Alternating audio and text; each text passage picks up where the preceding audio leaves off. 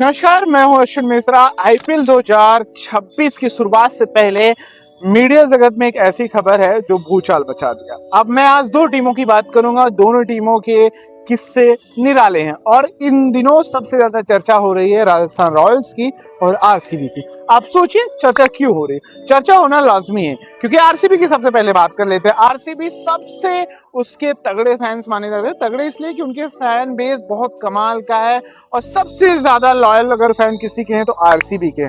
RCB की जो team है, जो उसकी मैनेजमेंट कंपनी है, टीम ने उसको बेच दिया। यानी अब आरसीबी जो अब तक 430 से 450 करोड़ की एक शुरुआती रकम जब 2009 में शुरू हुआ था आईपीएल, तो तब से जो कह रहे थे कि उसकी कीमत इतनी है, लेकिन अब वो लगभग 16,000 करोड़ से ज्यादा रकम में बिक गई है। और अब उसको 4 कंपनियों ने खरीदा, जिसमें आदित्य बिरला ग्रुप उसके मेन, अगर बात करें हिस्सेदारी उसके पास सबसे ज्यादा होगी। और कमाल की स्टोरी है कि जो इसके चेयरमैन होंगे वो होंगे आर्यमान बिरला।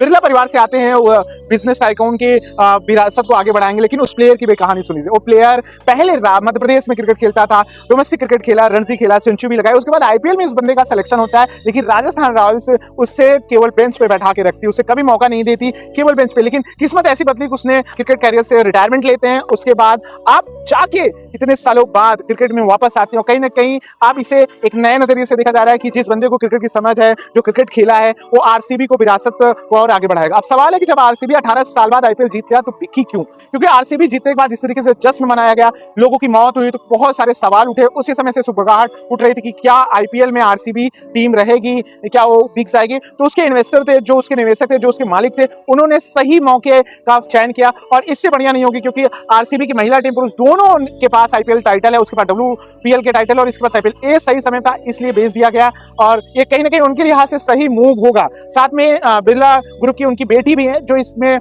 पूरे मैनेजमेंट में अपनी भूमिका निभाएगी। दूसरी बात कर लेते हैं आरआर। राजस्थान 2027 में टेक ओवर करेगी नई कंपनी, लेकिन इस बार वो भी 15,000 करोड़ में बिक गई। राजस्थान में भी बहुत सारे उथल पुथल मच रहे हैं। टीम अब तक पहला सीजन जीतने के बाद अब तक कोई भी मुकाबले तो जीत रहे हैं, लेकिन कोई भी सीजन अपने नाम नहीं कर पाया। टाइटल पहला छोड़ दें जब ऑस्ट्रेलिया के दिग्गज स्पिनर शेन वॉर्न के कप्तानी में जीता था, उसके बाद से उनके हाथ कप नहीं आया, तो वो भी 2 टीमें बिक गई हैं। अब इस बार तो आरआर यानी राजस्थान रॉयल्स रहेगा अपने कंपनी के पास, अपने पार्टनर के पास, जो जिन्होंने शुरुआत की थी आईपीएल में उस टीम के फ्रेंचाइजी लेके। लेकिन 2027 में अब वो दूसरे फ्रेंचाइजी के हाथ में जाएगी, फिर मैनेजमेंट चेंज होगा। क्योंकि जिस तरीके से राहुल द्रविड़ अलग हुए, संजू सैमसन अलग हुए, बहुत सारे के सवाल है। लेकिन 2 बड़ी कंपनियां, 2 बड़ी टीमें ने अब इसमें है। और आदित्य बिरला की बात करें तो कहीं ना कहीं स्पोर्ट्स एरिना में कहीं ना कहीं एक उनका बड़ा कदम होगा। एक तरफ उनको मुनाफा कमाना था, आरसीबी के फ्रेंचाइजी वो अपना पैसा सही जगह निवेश करना चाहते हैं, एक वेंचर में इन्वेस्ट करना चाहते हैं। दूसरी तरफ आदित्य बिरला इस पूरे